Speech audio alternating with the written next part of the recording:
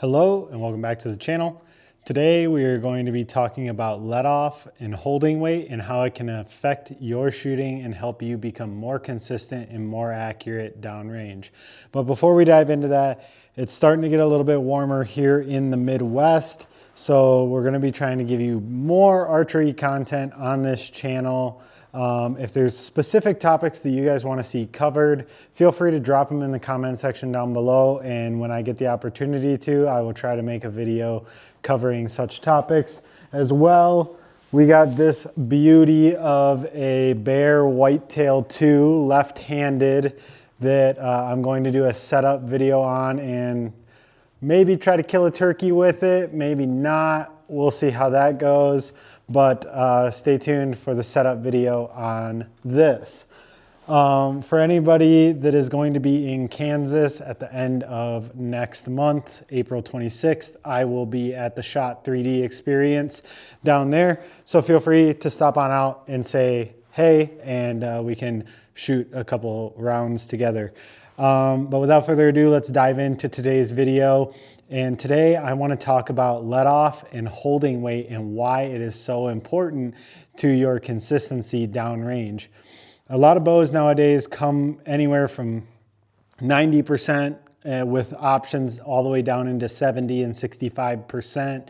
And with some aftermarket stops, you can even get into the 50% range. What is let off? How does it help you? What does having too much let off do, and what does having too little let off do? So we'll start on the too much let off, which I am a firm believer that a lot of people are probably have a little too much let off in their setup. So let off is essentially how much weight you are holding at full draw when you get to full draw and you're anchored and you're in the back wall. With too little amount of let off, what can happen is if you get lazy on the back wall, you can kind of creep off that wall and there's like a sponge to it. And what that leads into is in a proper shot process, you want to make sure that you're pulling through your shot and that shot is breaking consistently. Not only that you are breaking consistently with your method of applying that force to the release or hinge or index finger to get it to fire, but not only that, but the amount of pressure that you're actually pulling into the back wall itself, whether that's 3 pounds, 5 pounds, 8 pounds, however much pressure you're preloading into the back wall.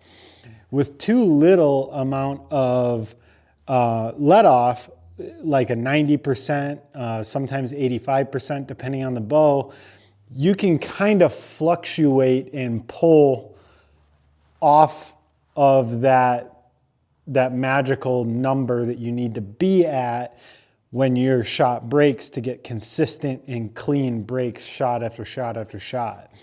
So over the last few months, I've been shooting a handful of different let-offs on my Mach 33 from 85%, 80%, 75%, and 70%. And when you get into the low end, like 75 and 70% let-off, what tends to happen is you hold really well on target, but just not as long as you would at a 90% or an 85%. So the last couple months I've been shooting 75% and it's been good. However, when I get to full draw, I feel like after about maybe 10, 15 shots, my shot process definitely starts to break down a little bit.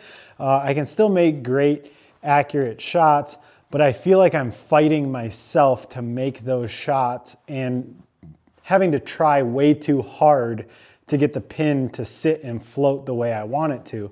So I backed it off, went back to 80%.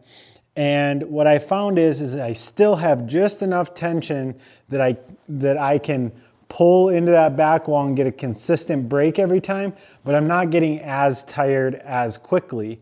Because with the lower the let off, the more holding weight you're holding at full draw, which means you're going to fatigue quicker and your muscles are going to get tired quicker. So if you have a really fast shot process, then that might work out for you. But in sometimes with a hunting situation, you might run into, you get back to full draw and then that deer walks behind a tree or that elk isn't presenting a shot.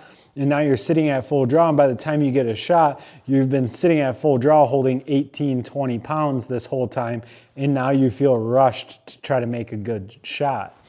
So what I highly suggest for everybody to try is, if your bow has the option, like PSE with the high let-off mods, you can go from 90 to 80%.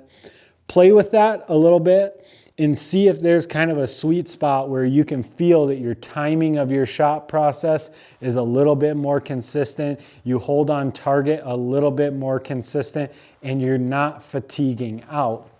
With a system like a Matthews, where you have to swap the mods, I still would definitely recommend that everybody pick up a couple different let-offs and see which one works best for you. I was pretty confident that the 75% let-off was gonna be the one for me until I switched back to an 80% let-off and my pin float slowed way down.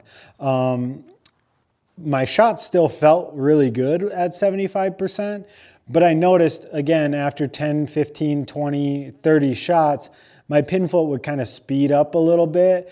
And again, trust the float, execute a shot, and all things went well. But it was a lot, I felt like I was working so hard to keep that pin float under control after an average shooting session on the back end of that shooting session. And I like to practice good shots, not just practice just to practice. So when I went back to 80%, I ran a bunch of shots through it. My shoulders were not getting fatigued. I made sure that when I swap my let-offs that I'm matching my draw length back to what it was at the previous let-off. I'm very, very particular about my draw length.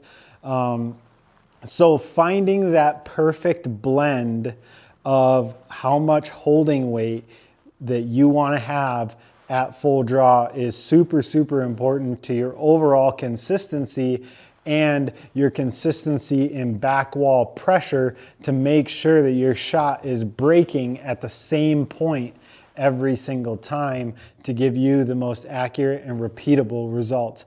But without further ado, that is the end of today's video. Today was a quick one. I just wanted to talk about this. If you guys got any other topics that you want me to cover, feel free to drop them in the comment section down below, and I'll see you guys on the next video. Peace.